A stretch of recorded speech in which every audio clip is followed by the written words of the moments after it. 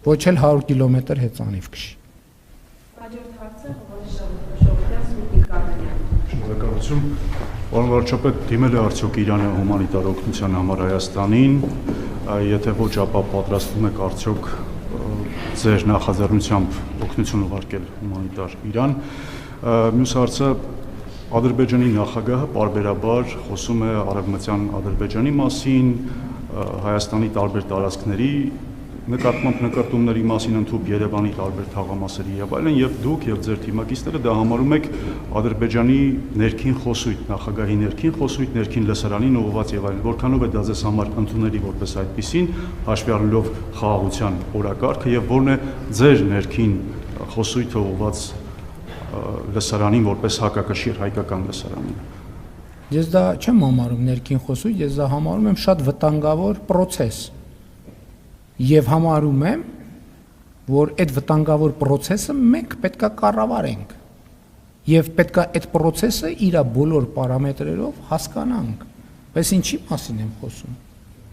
Ինչ եմ ասում ես։ Արդեն 2 տարի է Հայաստանում ինչ եմ ասում։ Կառավարելու ենք առաջին հերթին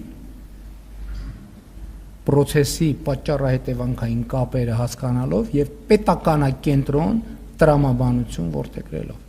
լեգիտիմ քաղաքականություններ որդեգրելով, որոնք մաքսիմալ անխոցելի են։ Եթե մենք այսօր ասում ենք, ենթադրենք, Արարատը մերն է, Բաքուն մերն է, Դադիվանքը մերն է, ասում ենք, որ Արցախը մերն է, ինչն է, ինչը իրենց պետք է սահմանափակի, հայելային ձևով նույնը ասել։ Բայց կա նաև հակառակը, եթե իրանք ասում են Արևմտյան Ադրբեջան եւ այլն, ինչը այստեղ Հայաստանում շատ ուժերի պետք է սահմանափակի, ասել հակառակը։ Եվ երբ որ ես ասում եմ, որ մենք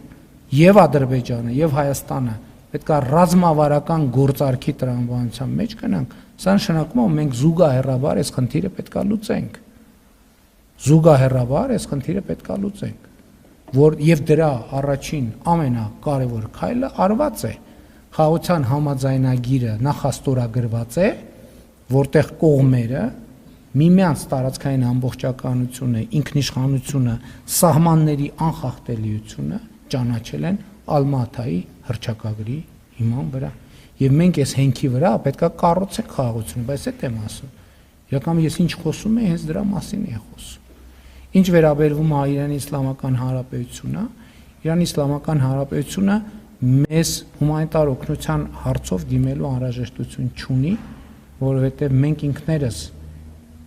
եթե տեսնենք, որ կա որևէ կարիք հումանիտար բնույթի, կրկնում եմ, հումանիտար բնույթի,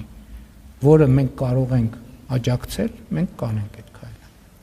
Շնորհակալություն, հաջորդ հարցը հրապարակարար Պարոն Փաշինյան, դուք ոչ միայն այսօր, այլ միշտ բարձրաձայնել եք, որ մամուլը ազատ է, քիչ առաջ նաև դրա մասին խոսեցիք, ազատ է այսօր այնպես, ինչպես երբևէ չի եղել, բայց պարոն Փաշինյան, հենց քաղաքացիական